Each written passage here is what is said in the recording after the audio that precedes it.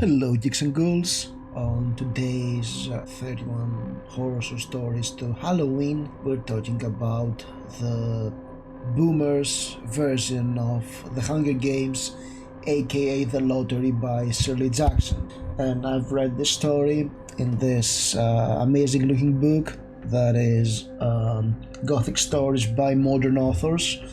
It's from a Greek publishing house. The people who own it are actually friends of mine, and they've done a great job with this edition. When they say modern authors, of course, they mean modern in the literary sense, meaning that authors from 20s to from the early 20th century. So it's the post-Victorian era stories. The Lottery was published in 1948 in the New Yorker magazine. Yeah, that's a story that is quite archetypical, quite familiar to everybody, and it created quite a stir back then. There's a very strong social commentary, and it's some sort of quiet horror of sorts, social horror, etc. The story is about a small town of 300 people where every year there is this custom where the head of every family has to take out a lottery out of a box, and then when it's done, the family members should also pick lottery tickets, and somebody will get that ticket for some reason. It's never quite defined early on. We have the families gathering. They're nervous. We have the details, the chit-chats, the jokes. There is no set protagonist, just some people mentioned, but one of them will be the person to finally get the lottery ticket, as you understand.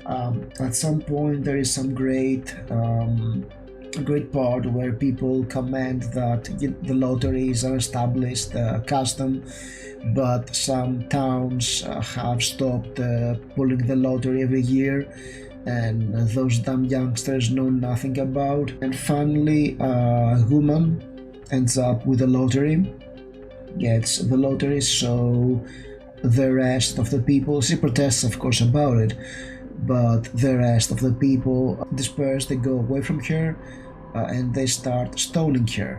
They cast stones at her because whoever wins the lottery is stoned. And that's the entire concept of the story. And it's interesting because this story is Shirley Jackson, she's a lady of horror. She has done The Haunting of the Hill House and We Always Lived in the Castle. She has a pedigree for Gothic fiction, and this story is a great example of Gothic fiction. It's very subtle, it's unnerving, and it leads to a crescendo towards the end, to some unfortunate fate befalling the character, who is trapped in a society that's evil, a society that is accustomed to killing its members because that's how things are done. There's a very powerful social commentary. Of course, there is a feminist commentary too, because it's a woman being stoned. But it's a social commentary. In a way, I believe that it's a perfect story to write after World War II, because people have seen their peers, their neighbors, their family members getting drafted to go to fight across the sea, and many of them never returned.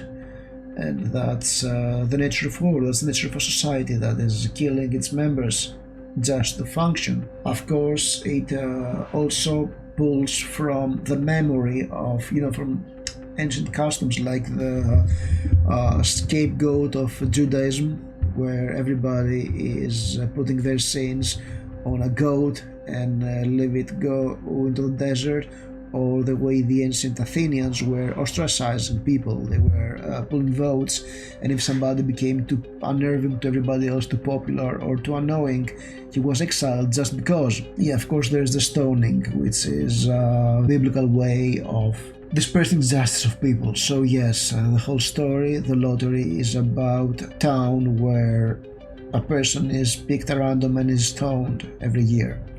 It's a story you have read over and over again, you have seen over and over again. Again, it's like The Hunger Games, only without the reality show aspect of it in there, and it's quite an unnerving story.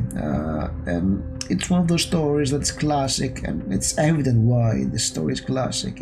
I went there knowing what it's about, right? I think everybody knows what the story is about at this point. So there is little reason to, there's little surprise towards the ending. But the way it's set up, there's subtle hints of unnerviness and of horror that creep in while things are going on, because the moment the woman's husband is pulling the lottery, the woman is complaining, so you start to realize that, and people who are not marked, they sigh in relief, so you get that this lottery is not a good thing, it's something sinister.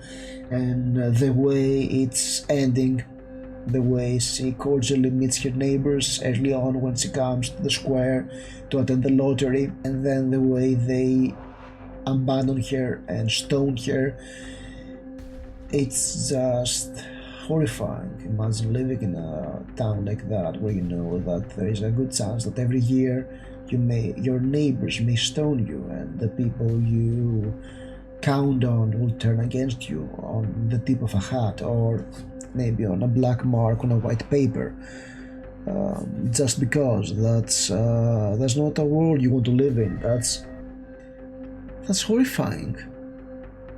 That's a society that is sick to the bone. It's sicker than our society, and that should tell you something. It's not a place you want to be in. So yeah, there's nothing more to say. I mean, it's evident, it's overused, and I should probably be an academic in order to speak about this story. Definitely, I can see shades of her, her well-known novel, The Haunting of Hill House, this calm but tense writing, the way it creeps in, the way it's never exactly, the horrors are more implied than explicit. I should definitely read We Always Live in the Castle, because I've got it for many years and I have yet to read it. But of course, I have a lot of books for years that I have yet to read. Yeah, it's classic for a reason. And I cannot think of anything else to say, honestly. Like, subscribe, and yeah, thank you for watching. Stay spooky.